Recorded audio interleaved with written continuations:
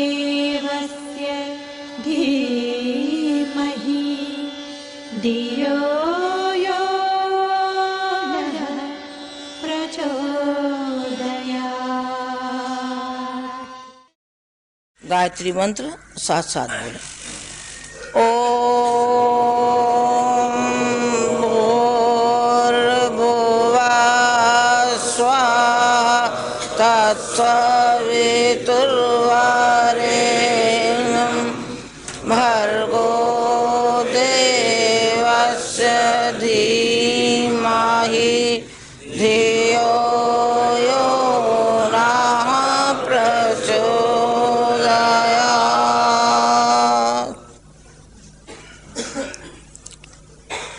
नवरात्रियों को संधि बेला कहा गया है। संधि बेला इस तरीके से कहा गया है, इसलिए कहा गया है कि दो ऋतुओं का मिलन होता है, जाड़ों का समापन और गर्मी का आगमन। ये दो जो नवरात्रियां हैं, आश्विनी नवरात्रि और चैत्र की नवरात्रि, ये अपने आप में एक बड़ा महत्व रखती हैं उपासना की दृष्टि से। यूँ तो अनुष्ठान कभी भी किए जा सकते हैं और होते ही हैं, उसका भी फल मिलता ही है, लेकिन इसका बहुत महत्व है कि ये दो ऋतुओं का जो मिलन होता है, उधर अश्विनी में जाड़े का, सर्दी का आगमन और गर्मी का समापन, और इधर सर्दी का समापन और गर्मी का आगमन, ये दोनों ऋतुएं मिल जाती हैं। दो ऋतुएं जब मिल जाती हैं उनको संधि बेला कहते हैं। और संधि बेला में जो जप और अनुष्ठान किया जाता है वो उसका अपने आप में बड़ा महत्व होता है। महत्व तो अपनी जगह पर है, उसमें तो दो राय नहीं है, लेकिन एक महत्व और है, उसे साधक यदि भूल जाए तो फिर उसकी उपासना उतनी फलीभूत नहीं होती। कौन सा है? उसमें है श्रद्धा का पुट। यदि श्रद्धा का पुट नहीं रहा और दिमाग में हमारे में जो कूड़ा कबाड़ा भरा हुआ है, जो चिंतन भरा हुआ है, जो कि घर की, परिवार की, नौकरी की, व्यापार की, अन्य अन्य जो बातें हैं, जो सारी दिमाग में हमारे में भरी हुई हैं, और जिस समय हम अनुष्ठान करते हैं, जप करते हैं, तो वही सारी बात याद आने लगती हैं। भगवान के प्रति हमारा लगाव, भगवान के प्रति हमारा प्यार, भगवान के प्रति हमारी वो श्रद्धा नहीं रहती है। इष्ट के प्रति श्रद्धा, जो हमारा इष्ट है, जिसको हम इष्ट मान करके और हम पूजा उपासना करते हैं, तो उसके प्रति हमारा कर्तव्य है कि हमारा उतना प्यार और उतनी लगन और उतनी निष्ठा होनी चाहिए। निष्ठा का अभाव, श्रद्धा का अभाव जब जीवन में बना रहता है तो जीवन में न स्वच्छता आती है, न पवित्रता आती है। जैसा व्यक्ति होता है वैसा का वैसा ही बना रहता है। नहीं तो इतने जप अनुष्ठान करने पर फिर उसका परिष्कार क्यों नहीं होता? या अन्य साधकों का होता है, ऋषियों का हुआ है, संतों का हुआ है, फिर क्या वजह है कि जो नहीं होता है? आखिरकार वो भी तो मनुष्य ही थे। वो कौन थे? वो भी मनुष्य थे और आप भी मनुष्य हैं। फिर क्या बात है? कहीं ना कहीं कोई चूक है, और कहीं ना कहीं चूक है तो वो चूक है हमारी संवेदना की, कि हमारे अंदर संवेदना का भाव नहीं जागता है। दुख और पीड़ा के प्रति हमारा जरा भी कोई रुझान नहीं होता। भगवान के साथ जो समर्पण की भावनाएं होनी चाहिए, वो समर्पण की भावनाएं नहीं होती हैं। यदि समर्पण की जब भावनाएं नहीं हैं तो फिर बताइए भगवान किस तरीके से मिलेगा? जिनको मिला है उन्हें केवल श्रद्धा के बल पर मिला है। चाहे वो दादू हो, चाहे वो कबीर हो, और चाहे रामकृष्ण परमहंस हो, चाहे जो भी हो, केवल श्रद्धा के बल पर ही उनको भगवान मिला है। भगवान भगवान बनाए जाते हैं, भगवान गढ़े जाते हैं। भगवान की एक छवि होती है, वो साकार की छवि होती है।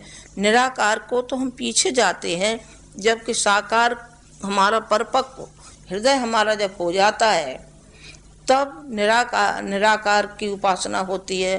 पहली उपासना साकार की जाती है। साकार को जब हम अच्छी तरह से अपने हृदय में उतार लेते हैं तो फिर निराकार की ओर जाते हैं। साकार का मतलब कि हम अपनी माँ की गोदी में खेल रहे हैं, गायत्री माता की गोदी में एक शिशु की भांत, एक साल भर का शिशु हो उसकी भांत हम अपनी माँ के गोदी में हैं और माँ हमारे सर पर हाथ फेर रही है, माँ हमको खिला रही है, माँ हमें दूध पिला रही है। अपने जो मातृत्व का भाव है वो अपने हृदय में धारण करके और उसकी छवि में ही अपने ध्यान केंद्रित करना चाहिए। उनकी जो आँखों की पुतली है, उन आँखों की पुतली के भीतर जो बिंदु है उसमें एक ज्योति के प्रकाश का अनुभव करना चाहिए कि ये ज्योति का प्रकाश हमारे रोम रोम में, हमारे हृदय में, सब में हम प्रकाशवान हो रहे हैं। और माँ हमको इतना कुछ अनुदान और वरदान दे रही है कि जिससे हम निहाल हो रहे हैं, निहाल हो रहे हैं। बाकी का जो आपके उल जलूल जो दिमाग में भरा हुआ है उसे आप आज ही छोड़ दीजिए, अभी छोड़ दीजिए। और हमारे कहने से आप अपनी भावनाओं को एक शिशु की भांति अपनी भावनाओं को आप रखिए, ताकि आपका ये नवरात्रि अनुष्ठान संपूर्ण अच्छी तरीके से पूर्ण हो सके। नहीं तो आपका आना जाना, किराया भाड़ा, ये सभी बेकार चला जाएगा और जैसे आए थे हाथ मलते ही चले जाएंगे। हम नहीं चाहते हमारे कोई भी साधक, कोई भी हमारे परिजन बिल्कुल जैसे आए बिल्कुल वैसे ही चले जाएं। तो इसमें क्या हमारी शान और क्या आपकी शान? आपकी भी शान नहीं है और हमारी भी शान नहीं है। हमारी भी आपकी ही उसमें शान है कि यहाँ से आप यदि बन कर के जाते हैं और अपनी कोई बुराइयों को, आदतों को छोड़ करके यहाँ जाते हैं, अच्छाइयों को आप ले करके जाते हैं, तो परोक्ष रूप से तो हमारे ही लिए है, मिशन के ही लिए है और आपके लिए है। जहाँ कहीं भी आप जाएंगे वहाँ आपको सम्मान मिलेगा, वहाँ आपको श्रद्धा मिलेगी। पर श्रद्धा से श्रद्धा को जीता जाता है, ये आप सही मान लेना है। श्रद्धा आपके मन में होगी अपने इष्ट के प्रति तो लोगों की श्रद्धा अपने आप में आ जाती है। गुम्बज की जैसी आवाज़ है कि जिस तरीके से गेंद को गुम्बज में आवाज़ होती है, गेंद को मारो गेंद स्वयं आ जाती है और गुम्बज में आवाज़ देते हैं तो वो आवाज़ लौट करके अपने पास आ जाती है। जैसा हम बोएंगे वैसा हम पाएंगे। मक्का के दाने बोए जाते हैं और वो मक्का के भुट्टों के रूप में उत्पन्न होते हैं, ये तो आप जानते ही हैं। और बाजरा बोते हैं और बाजरे की बालें आती हैं, तो इतना तो आप जानते ही हैं कि जितना बोते हैं उससे 1000 गुना हमको मिलता हुआ चला जाता है। एक दाने के रूप में बोया था और वो 1000 दाने के रूप में लौट करके वापस आया।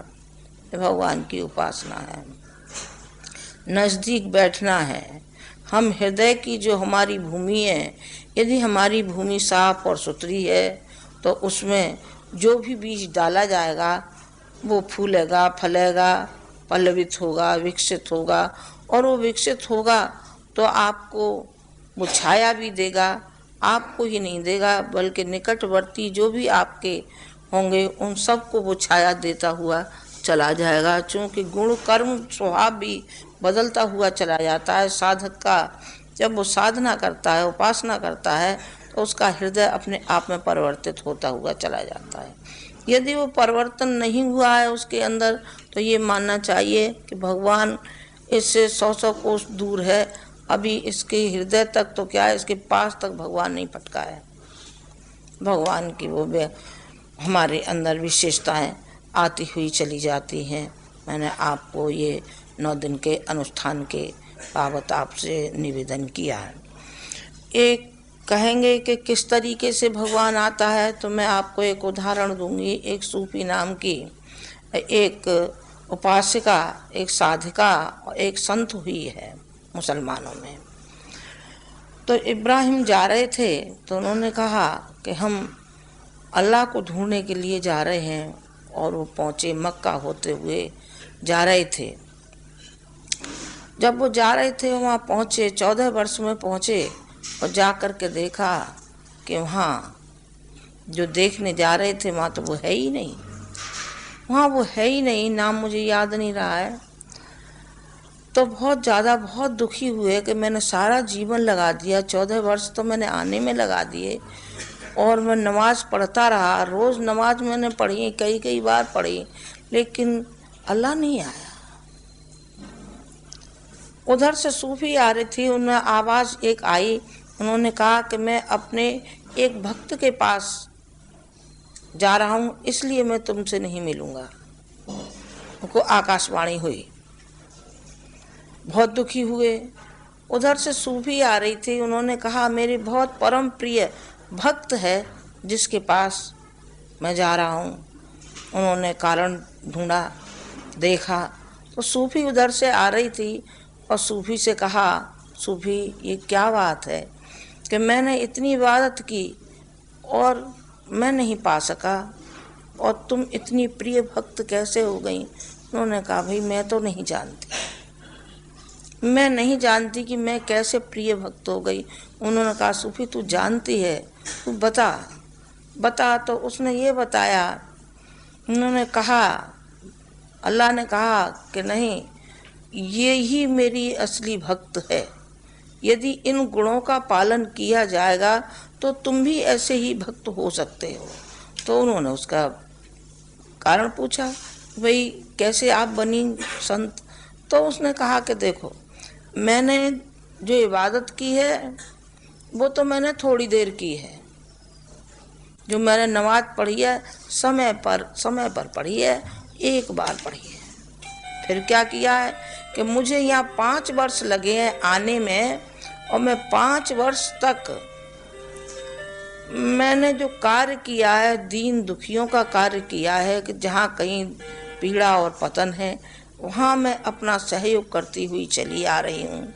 और मुझे नहीं मालूम है कितने व्यक्ति मुझे मिले, बहुत मिले, सैकड़ों मिले, हजारों मिले, और मैं उनकी सेवा करती हुई चली आई हूँ। जो मैंने सेवा की है, अब भगवान जाने कि मेरी सेवा से वो प्रसन्न है कि मेरी निवास से प्रसन्न है। मेरी निवास से तो प्रसन्न नहीं होंगे, लेकिन जो मैंने क्रिया की है उससे जरूर प्रसन्न हुए होंगे, जो मैंने कार्य किया है। तो फिर आकाशवाणी हुई कि देख, तू जैसा जीवन इसने जिया है वैसा ही जीवन तुम भी जियो, ताकि तुम्हारे जीवन में हम आकर के विराजमान हों। उसी दिन से इब्राहिम फिर से वो समाज सेवी बनते हुए चले गए। उन्होंने नमाज भी पढ़ी, बस समाज से भी ज़्यादा रहे। समाज में जो फैला हुआ पीड़ा पतन था उन्होंने अपने हृदय से लगाया। मैंने आपसे निवेदन किया कि 2 रूप भगवान के होते हैं, एक रूप है निराकार, एक रूप है साकार। निराकार भगवान तो वो है जो नियमन और नियंत्रण के अलावा और कुछ देता भी नहीं है। एक भगवान है साकार, जो कि मनुष्य मात्र में है, मनुष्य मात्र में है, जीव मात्र में है। उसकी सेवा तो हम करते भी नहीं हैं, आँख उठा करके भी नहीं देखते। यदि उसकी तरफ देखा जाए तो फिर आप उसके साथ जैसा आप सलूक करेंगे वैसा ही वो भी आपके साथ सलूक करेंगे। आप अच्छा सलूक करेंगे, आप अच्छा पाएंगे। गलत करेंगे तो उसका परिणाम भी गलत भोगेंगे। उसका परिणाम भी जब गलत भोगेंगे तो गलत क्यों भोगा जाना चाहिए? जब भोगना ही है तो फिर अच्छा भोगना चाहिए, गलत नहीं भोगना चाहिए, गलत नहीं भोगना चाहिए। मैंने एक साकार जिसको भगवान कहना चाहिए, जिसमें साकार भगवान के रूप में आप सब हैं, आप सब हैं। और सारा विश्व है आता है उसमें साकार रूप में। हमें साकार की भी सेवा करनी चाहिए। निराकार को तो हम पीछे देखेंगे, जब पहले हम साकार को देख लें। साकार के ऊपर आप ज़्यादा ध्यान देना। आपसे निवेदन किया गया है कि आप जब उपासना करें तो आप एक शिशु की भांति माँ की गोदी में विचरण कर रहे होंगे। आप उसी में मिल जाइए।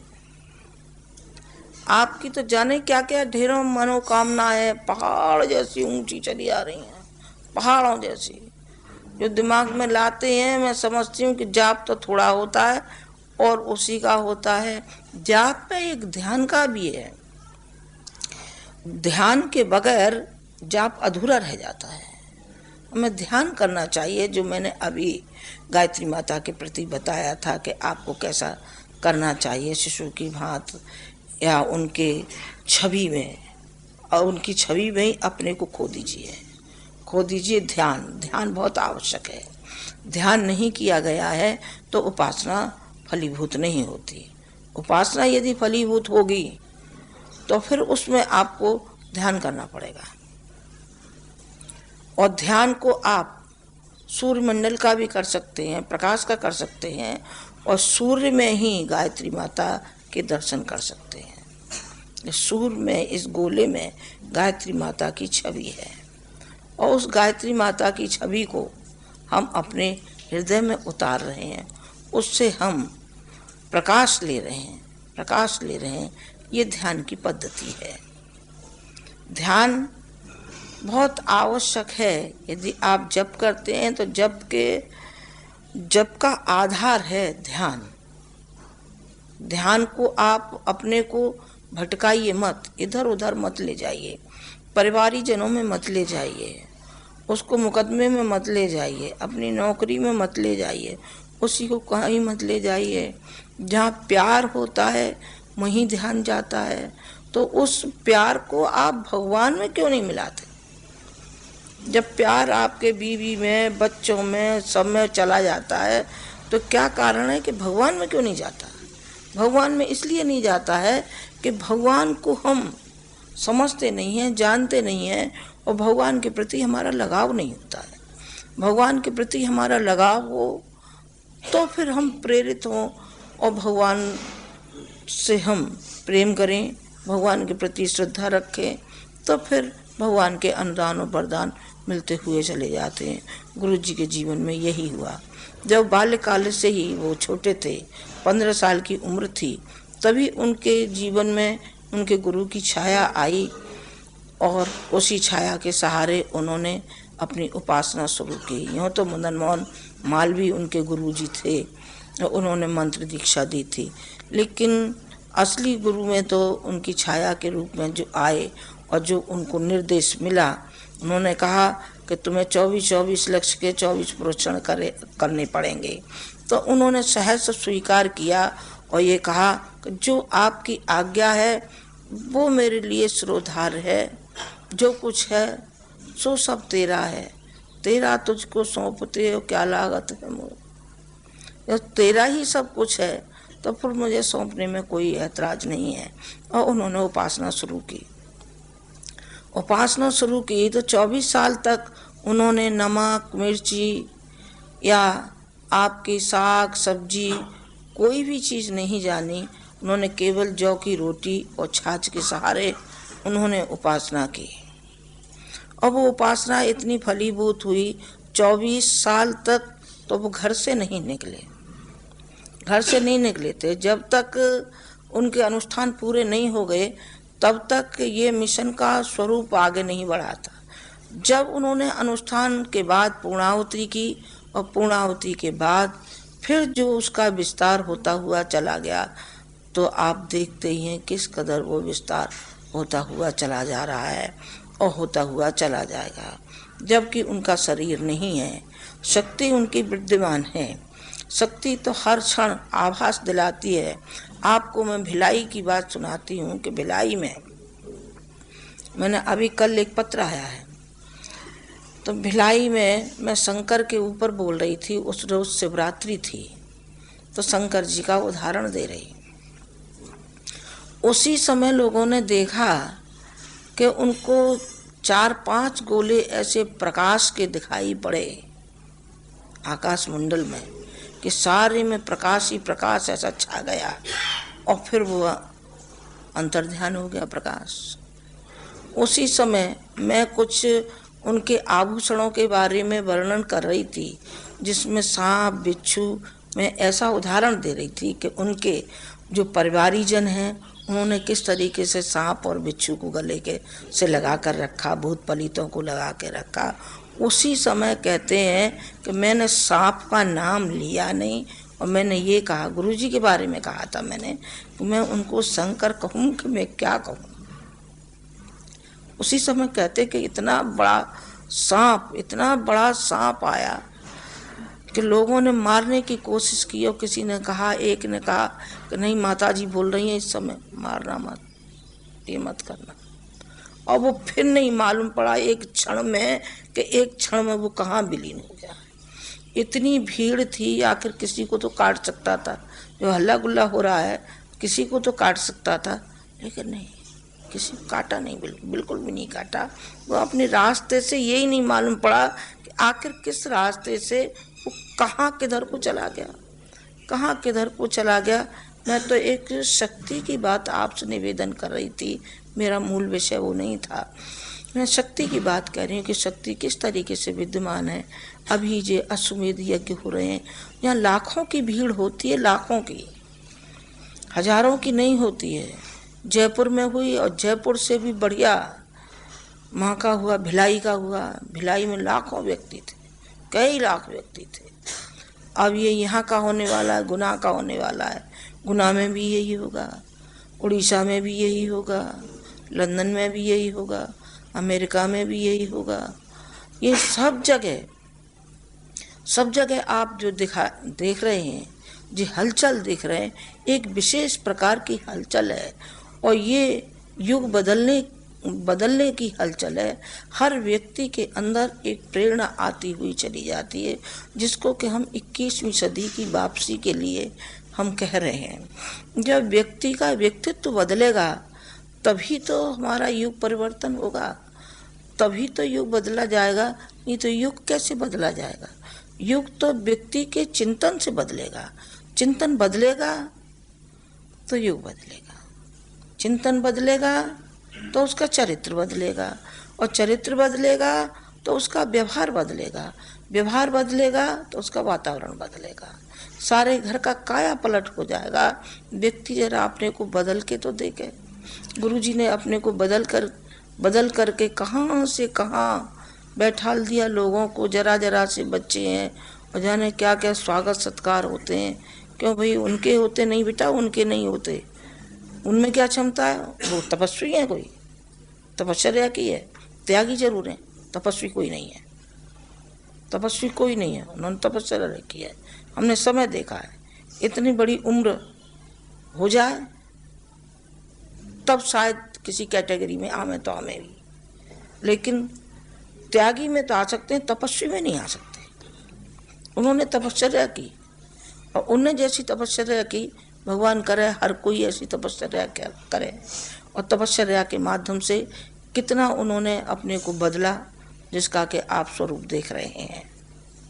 साहित्य के द्वारा उन्होंने अपने को बदला है। तो जिस तरीके से रुई को धुनते हैं, और रुई फूल करके बहुत बड़ी हो जाती है, इतनी सी रुई होती है, इतनी हो जाती है। इतनी जब हो जाती है रुई की तरीके से उन्होंने अपने को धुना, अपने लिए ज़रूरत से कम अपने लिए उन्होंने स्वीकार किया, और बाकी का हमारे जमींदारी के बॉन्ड थे, गायत्री तपोभूमि के दे दिए। जो बाकी की ज़मीन थी वो हमने विद्यालय में लगा दी।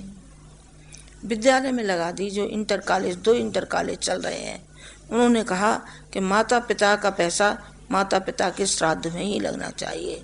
श्राद्ध का मतलब मृत्यु भोज का नहीं होता है कि मृत्यु हो जाए तो उसमें भोज कराया जाना चाहिए। नहीं, उसमें भोज नहीं कराया जाना चाहिए, बल्कि श्रद्धा उसके श्राद्ध के रूप में कहीं अच्छी जगह पैसे को लगाना चाहिए। तो उन्होंने सारा का सारा पैसा उन्होंने लगा दिया। घर से जब निकले थे तो उनकी माताजी ये कहा करती थी कि भाई ये तो स्वराज्य ला करके इसकी औरत तो बनेगी रानी और ये बनेगा राजा। तो वो चिढ़ करके कुछ घर में से उन्होंने नहीं दिया, एक लोटा लेकर के निकले थे घर में से। लोहे के तसले में उन्होंने आटा मारा था।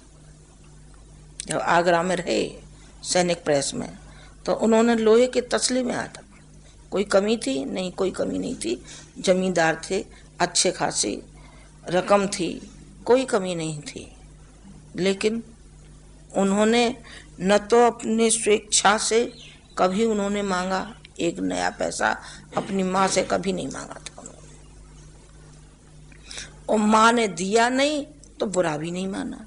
ये भी नहीं कहा कि उन्होंने कभी नफरत की हो, ये कहा हो कि माँ के पास इतना पैसा था और माँ ने हमको नहीं दिया। नहीं बेटा, बहुत सम्मान करते थे अपनी माँ का, बहुत ज़्यादा बड़ी देवी स्वरूपा थी वो।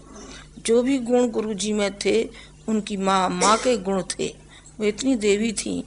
मैं उनके गुणों का क्या वर्णन आपके सामने मैं करूँ, किया नहीं जा रहा है। इतनी अपार उनके अंदर श्रद्धा भावनाएं थी। यूँ तो वो छोटी उम्र में ही विधवा हो गई थी। एक ही लड़का था, 2 लड़कियां थीं। लड़कों में गुरुजी थे, लड़कियां 2 उनसे छोटी थीं। और जल्दी ही उनका देहावसान हो गया था हमारे ससुर जी का। उन्होंने अपनी ज़िंदगी इतनी पवित्रता से काटी और एक साधिका की जीवन जैसा उन्होंने जिया। कोई प्रलोभन नहीं, न जमींदारी से प्रलोभन, न किसी से उनका प्रलोभन उनका जरा भी नहीं था। वही सारे के सारे गुण गुरुजी में आते हुए चले गए। साधना उपासना के प्रति उनका लगाव, साधना के प्रति उनका लगाव, आराधना के प्रति उनका लगाव, जिसको कि हम सेवा कहते हैं। और साधना का अपने व्यक्तित्व को बनाना, उन्होंने अपने व्यक्तित्व को ऐसा ढाल लिया कि जिसको देख करके भगवान को भी ईर्ष्या ये होगी कि ऐसा व्यक्तित्व बनाया जाता है। साधक ऐसा होता है जो भगवान को पकड़ के अपने पास ले आवे। हाँ, इसमें क्या शक है, इसमें कोई 2 राय नहीं है। साधक में इतना मनोबल और इतना उसमें श्रद्धा होती है कि श्रद्धा के वशीभूत भगवान समीप आता हुआ चला जाता है। उनकी गायत्री माता साक्षात्कार हो गया और गायत्री माता में ही वो हो गए। जो सारी जिंदगी उन्होंने उसका पल्ला नहीं छोड़ा। ये नहीं कहा कि हम 24,000 का अनुष्ठान करेंगे और इसके बाद हम माला को भी नहीं छुएंगे और कुछ भी नहीं करेंगे, 8 बजे तक सो करके उठेंगे। ये नहीं किया, बल्कि 6 घंटे रोज प्रतिदिन की उपासना उनकी अब तक उनकी चलती आई। उसके बाद वो लेखन करते थे, उसके बाद मिलते थे सबसे। इतना बड़ा उन्होंने संगठन बनाया, पत्राचार करते थे। एक शरीर में रह करके वो 5 शरीरों का काम करते थे। प्रतिदिन काम करते। कभी कोई बात चलती थी तो ये कहा करते थे कि भाई अब तो फोकट की ज़िंदगी है, मैंने तो सारी ज़िंदगी का मुआवजा उठा लिया, ले लिया मैंने तो।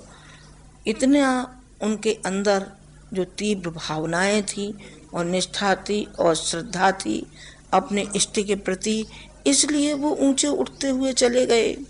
आपने मीरा का नाम तो सुना है ना। आपने गुजरात में एक वो हुए हैं, संत हुए हैं जलाराम बापा, उसके बारे में तो आपने सुना है ना। जलाराम बापा की झोली अभी तक टंगी हुई है और अभी तक अक्षय है कि वो कभी झोली में समाप्ति नहीं होती है। निरंतर उनके यहाँ भोजन चलता रहता है। क्यों भाई, कैसे चलता रहता है? अब तो वो हैं भी नहीं, उनका शरीर भी नहीं है।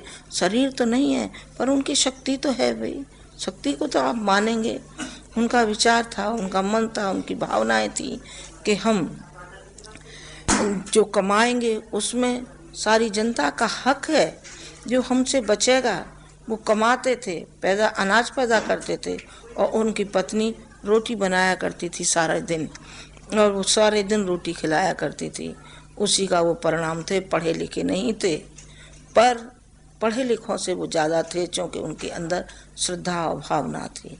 शबरी कहाँ तक पढ़ी थी बता सकेंगे आप? जरा भी नहीं पढ़ी थी।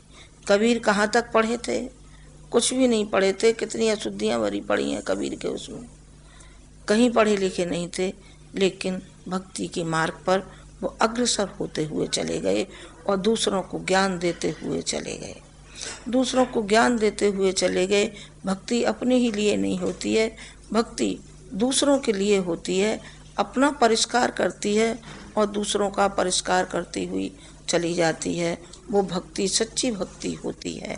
और एक भक्ति जो होती है वो होती है अपने निजी स्वार्थों के लिए होती है, और जो निजी स्वार्थों के लिए जो भक्ति होती है वो फलीभूत उतनी नहीं होती जितनी कि हमारी निस्वार्थ भावना से हम भगवान को पुकारेंगे तो भगवान हमारी सहायता करेगा। अब भगवान का तो हमने काम कभी किया नहीं, तो भगवान फिर हमारी सहायता किस तरीके से कर सकता है। हम भगवान की सहायता करें, भगवान हमारी सहायता करें। भगवान बोल नहीं सकता, भगवान कहीं जा नहीं सकता, लेकिन हम और आप तो जा भी सकते हैं, बोल सकते हैं। भगवान ने हमें इतना बड़ा शरीर दे दिया अनुदान के रूप में, जो करोड़ों रुपए की संपत्ति से भी ज़्यादा है, तो फिर हमें और किस चीज़ की आवश्यकता रह गई। बाकी का तो अपना पुरुषार्थ रह गया। हम पुरुषार्थ से हर चीज़ को मुहैया कर सकते हैं। कोई एकाध चीज़ तो नहीं हो सकती, जैसे बच्चे हैं और हैं, कोई जैसे कोई विपत्ति आ पड़ी है वो तो भगवान की दी हुई है, लेकिन और बाकी का हम पुरुषार्थ से उसे कमा सकते हैं। पर हम काज पे तो ढूंढ जाते हैं, घोंगे ढूंढ कर तो लाते हैं।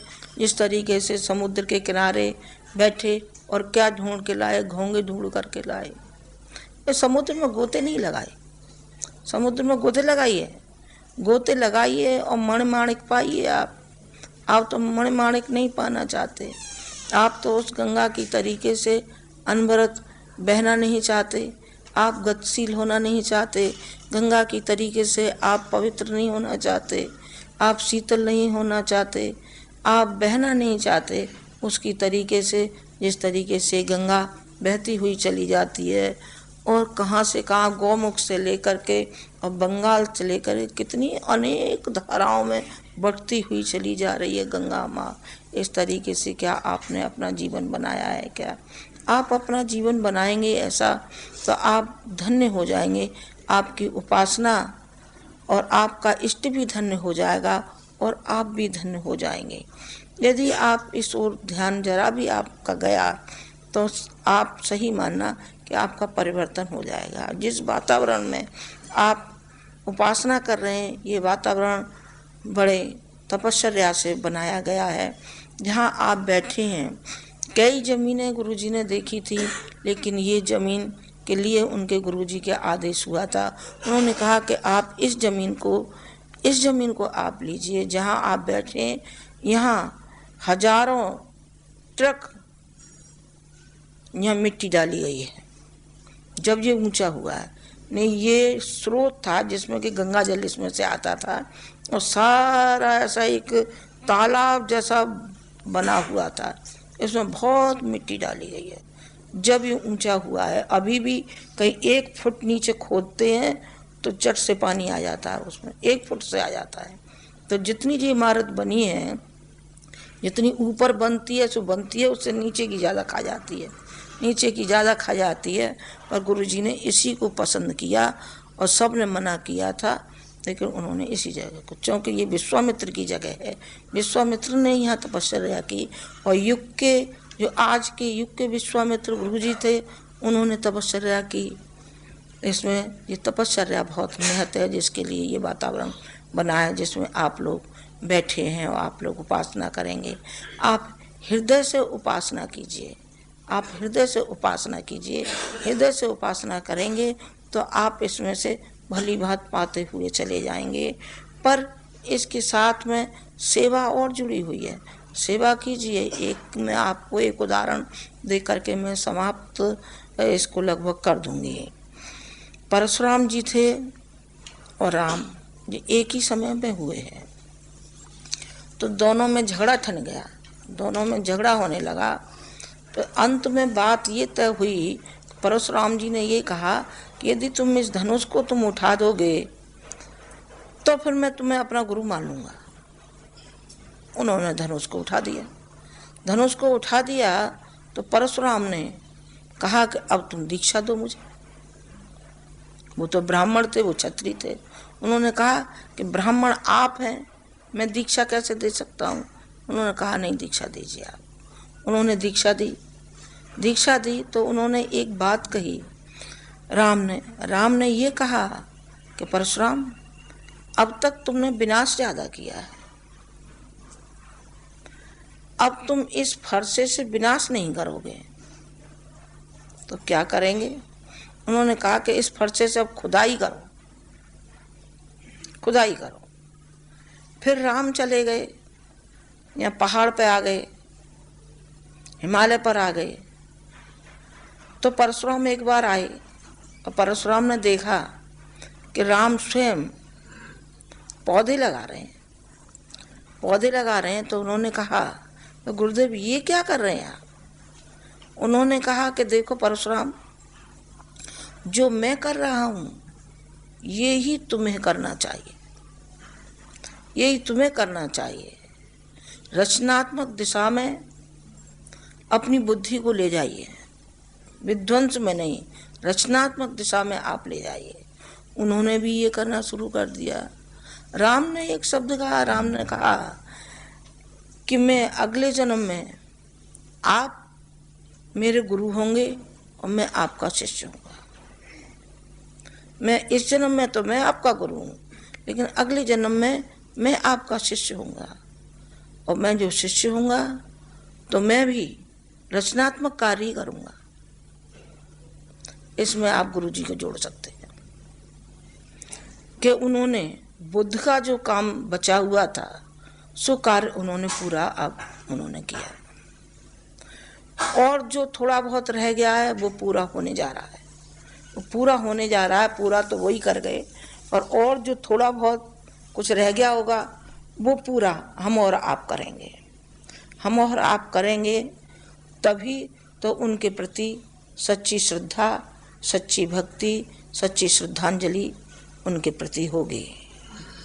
हम समर्पित हैं तो हम मिशन के लिए समर्पित हैं, सारे विश्व के लिए समर्पित हैं, मानव जाति के लिए समर्पित हैं। आप भी मानव जाति के लिए, मिशन के लिए, गुरुजी के लिए आप यदि समर्पित हैं तो आप उसी ओर चलिए जो मैंने आपको एक उदाहरण अभी मैंने दिया कि रचनात्मक दिशा में हमको बहुत कार्य करना है, बहुत करना है। इतनी अवांछनीयता फैली हुई है सारे समाज में, राष्ट्र में, उसको हमें उखाड़ करके फेंकना है। उसको उखाड़ के हम तभी फेंक पाएंगे जब हमारे अंदर एक हिम्मत और साहस, मनोबल और हमारी श्रद्धा हमारी परिपक्व होगी तो हम इसे करते हुए चले जाएंगे। अब आप कहेंगे कि हमारा जो दुख कष्ट था वो हमारा नहीं सुना गया। सुना जाएगा आपका दुख कष्ट कठिनाइयाँ। आपको 2 कागज़ मिलेंगे, एक पे आप अपनी कष्ट कठिनाइयाँ लिखना, एक पे जो आपने भूलें की हैं अभी तक जीवन में, उन भूलों को आप जरूर लिखना, जरूर लिखना, ताकि आप खाली हो जाएं, खाली हो जाएं। अपने हृदय को खाली रख दिए, खाली रखेंगे तो आके गायत्री माता बैठेंगी, कूड़े कबाड़े पे कहाँ बैठेंगी। सफाई करिए ना, सफाई करिए, अपने दिल की, दिमाग की, सब की सफाई कर डालिए और सफाई करिए और फिर पाइए, देखिए गायत्री माता आती हैं कि नहीं आती हैं, आपके दुख कष्ट निवारण होते हैं कि नहीं होते हैं। जहाँ तक हमारा बस चलेगा वहाँ तक तो बेटा जो हमारी धरोहर में हमें दे गए हैं वो हम आपकी निरंतर सेवा करते रहेंगे। जब उन्होंने शुरू में ही ये कहा था कि हम बच्चों को तुम्हारे हवाले करे जा रहे हैं, तो ये वाक्य मैंने अच्छी तरह से समझ लिया, अपने हृदय में उतार लिया है। जो भी कुछ हम आपकी सेवा कर सकते होंगे, दुख दर्द पीड़ा के लिए निरंतर हम करते रहेंगे, लेकिन आप अपना फर्ज और कर्तव्य आप भी ध्यान रखना। हम अपना फर्ज कर्तव्य तो हमको पूरा पूरा याद है, पर आपका अपना याद नहीं है, आप इसको याद रखना। इन्हीं शब्दों के साथ मैं अपनी बात समाप्त करती हूँ। ओम शांति।